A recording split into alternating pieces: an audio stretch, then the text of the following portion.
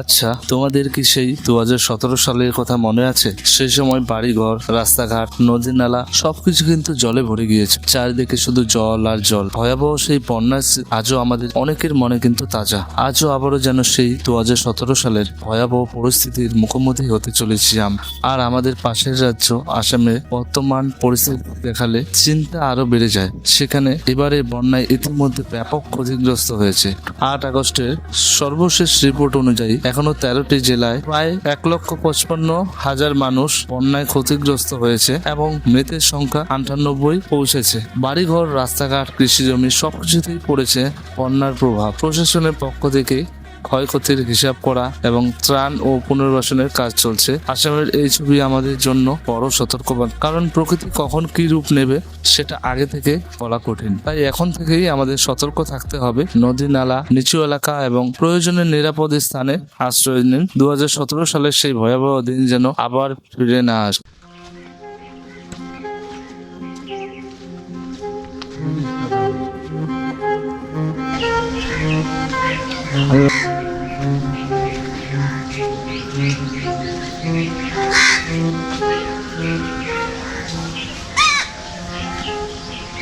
Welcome back another video. তো আবার চলে আসলাম। এটা ব্লগ না, একটা দুর্গম একটা জিনিস বলতে পারো তোমরা। এই দেখতে পাচ্ছ বন্যা কিন্তু স্টার্ট হয়ে গেছে এই জায়গায়, যেটা বাহিন মাকড়াঘাট। এই জায়গায় কিন্তু একবার আমি স্নান করেছিলাম, তোমাদেরকে একটা ভিডিও কিন্তু দেখিয়েছিলাম। আজকে দেখো কতটা জলে থই থই এই জায়গায়। আর একটু উঁচুতে জল কিন্তু যদি ওঠে তাহলে কিন্তু আমাদের গ্রামে কিন্তু জল ঢুকে যাবে। তো এখন আসছি আমি এই জায়গায়, এটা হচ্ছে গিয়ে কি জানি নাগর নদী। তো এই নদীটা হচ্ছে নাগর নদী। আর সামনে দেখতে পাচ্ছ কিছু একটা ভেসে যাচ্ছে ওই যে দূরে। এই নাগর নদীর কিন্তু কোনো অস্তিত্ব এখন কিন্তু কিছু নেই। দেখতে পাচ্ছ এতটা জল হয়ে গেছে এই জায়গায়, কিছু দেখা যাচ্ছে না, কিছু বোঝা যাচ্ছে না।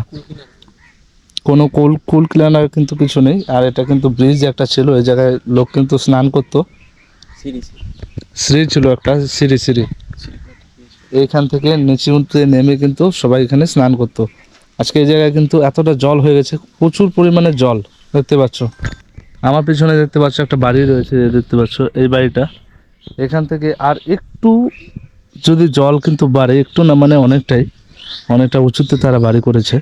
কারণ বন্যায় এরা কিন্তু অনেক ওভারফ্লো যখন হয়ে যায়, অনেক এদের কিন্তু এখানে কিন্তু প্রচুর পরিমাণে জল হয়ে যাওয়ার কারণে তারা কিন্তু তাদের বাড়িঘর কিন্তু একবার ডুবে গিয়েছিল 2017 সালে। তো সেই জন্য তারা কিন্তু অনেক উঁচুতে বাড়ি করেছে। দেখতে পাচ্ছ কতটা উঁচুতে বাড়ি করেছে। তো আর যদি কিছুটা জল কিন্তু উপরে যদি উঠে যায় তাহলে কিন্তু এখানে এদের কিন্তু আর রক্ষা নেই। তো আসামের মতো আমরাও চাইবো না যে এখানে কিন্তু এরকম হোক। ভগবানের কাছে এটা কিন্তু প্রার্থনা চাই আমরা। তো আরও দেখতে থাকো আমার ভিডিও, দেখাচ্ছি তোমাদের আরও দৃশ্য কোন কোন জায়গায় জল উঠেছে। আর তোমাদের একটা কথা মাথায় রাখতে বলি, এরকম বন্যার সময় কিন্তু যে সমস্ত প্রাণী, কুমির, যেমন মনে করো সাপ রয়েছে, সাপ, ব্যাঙ, সমস্ত কিন্তু তারা কিন্তু চাইবে যে জল থেকে কিন্তু ডাঙায় কিন্তু আসা। তো এইসব ঝোপঝাড় রয়েছে, রাস্তার ধারে যেসব জঙ্গল টঙ্গল রয়েছে, এগুলো থেকে কিন্তু অবশ্যই তোমাদের কিন্তু একটু সাবধানতা বজায় রাখতে হবে। কারণ এইসব জায়গায় কিন্তু তোমাদের সাপ টাপ, অনেক যেসব বিষাক্ত জন্তু তারা কিন্তু এখানে কিন্তু আশ্রয় নিতে পারে। ঠিক আছে, তো এই জিনিসটা কিন্তু মাথায় রাখতে হবে।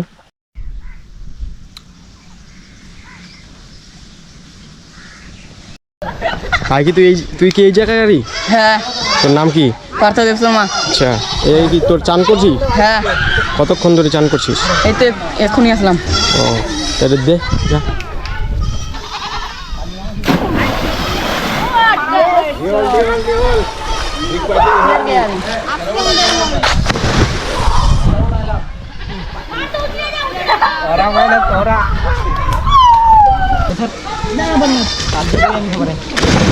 ও হ্যাকার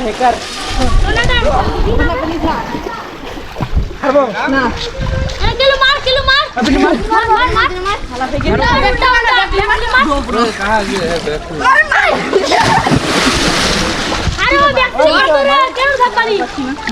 লে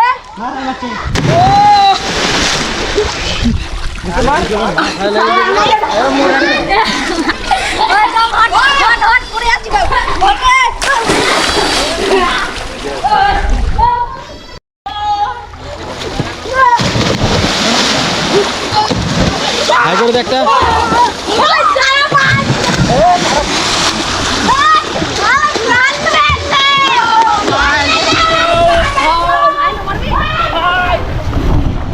তোর একটা হাই করে দে।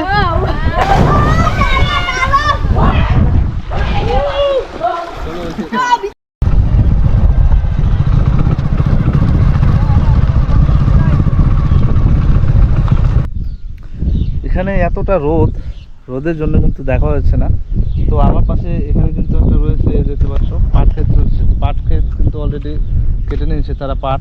এই জায়গায় পাট কেটে কিন্তু এখানে ওপরে যে পাতাগুলো রয়েছে সেই পাতা ঝরানোর জন্য কিন্তু এখানে রেখে দিয়েছে। তো এখন এদের জন্য কিন্তু অনেক ভালো হয়েছে। এরা চাইলে কিন্তু এখানে পাট কিন্তু ভেজাতে পারবে, ভেজালে তাদের কিন্তু সুবিধা হবে, দেখতে পাচ্ছ।